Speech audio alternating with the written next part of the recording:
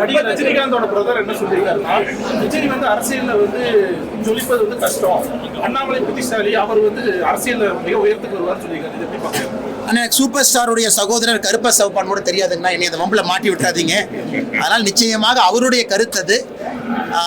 நான் ஏற்பது ஏற்காதல தவறாக போயிருக்குன்னா மிச்ச தலைவர்கள் இருக்கிறாங்க. விஜய் அவர்களை பொறுத்தவரை ஒரு கட்சி ஆரம்பிச்சிருக்கிறாங்க, கடுமையாக பணி செய்ய வேண்டும் என்று நினைத்து களத்துக்கு வந்தால் அவருடைய கையில் இருக்க வெற்றி தோல்வி எல்லாம்.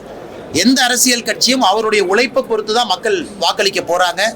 ஆனால் திராவிட முன்னேற்ற கழகம் அகற்றப்பட வேண்டும். அதே நேரத்தில் நான் எனக்கு தேசிய ஜனநாயக கூட்டணியில் இருக்கிறேன், எங்களுடைய கூட்டணி ஜெயிக்க வேண்டும் என்று நாங்கள் உறுதியாக சொல்லுகின்றோம், நம்புகின்றோம். மற்றபடி ஒரு கட்சியும் நாங்கள் யாரும் தரம் தாழ்ந்து அவங்க போயிடக்கூடாதுன்னு நான் சொல்லலைங்கன்னா, கடுமையாக உழைக்கட்டும், மக்கள் மன்றத்தில் மக்களுக்கு என்ன செய்வோம் அப்படிங்கிற வாக்குறுதியை வைக்கட்டும், நீங்கள்லாம் முடிவு பண்ணுங்க. ஆனால் எதை பார்த்தீங்கன்னா மலைவாழ் மக்களை பற்றி ஒன்று போட்டிருந்தீங்க சார், தொட்டி கட்டி தூக்கிட்டு வர. ஆமாம், மலைவாழ் மக்கள். ஆனால் நீங்கள் ஒரு பகுதியை தான் பார்த்துருக்கீங்க, அங்கே உள்ளாட்சி எலெக்ஷனில் அவங்களுக்கு ஓட்டு பதிவே இல்லைங்கிற விஷயமாக உங்களுக்கு தெரியுமா சார்? அண்ணா இங்கே பாருங்கண்ணா, 40 ஆண்டுகளாக இல்லை. அண்ணே ஒரு பத்திரிகை நண்பர்களுக்கு தெரியக்கூடிய செய்தி நிச்சயமாக எனக்கு தெரியாதுங்கன்னா நான் ஏற்றுக்கிறேன்.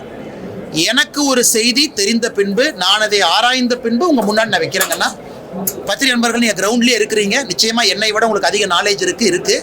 நீங்கள் சொல்வது இன்னும் அதிர்ச்சியளிப்பதாக இருக்குது அப்படின்னு நான் ஒரு பக்கம் செய்தியை பதிவு பண்ணியிருக்கேன்னா, அப்போ நீங்கள் சொல்கிறத பார்த்தா அது இன்னும் அதிர்ச்சியளிப்பதாக தான் இருக்குது. அரசு ஒரு பக்கம் திராவிட மாடல் அரசு, முன்னேறிய மாநிலம், இந்தியாவுடைய 2வது பெரிய பொருளாதார மாநிலம் சொல்லக்கூடிய அரசு, தமிழகத்தில் இது போன்ற அவல நிலையை தடுப்பதற்கு என்ன முயற்சி எடுக்கிறாங்கன்னு சொல்லணும் இல்லைன்னா, இதை பற்றியே பேச மாட்டாங்க. ஆனால் இதை தவிர எல்லாம் பேசுவாங்க. செய்திகளை உடனுக்குடன் தெரிந்து கொள்ள கீழ்கண்ட கேபிள் மற்றும் டிடிஹெச் நெட்வொர்க்குகளில் எம்நாடு செய்தி தொலைக்காட்சியை காணுங்கள். பாதகம் செய்பவரை கண்டால் நாம் பயம் கொள்ளலாகாது பாப்பா, மோதி மிதித்து விடு பாப்பா, அவர் முகத்தில் உமிழ்ந்து விடு பாப்பா.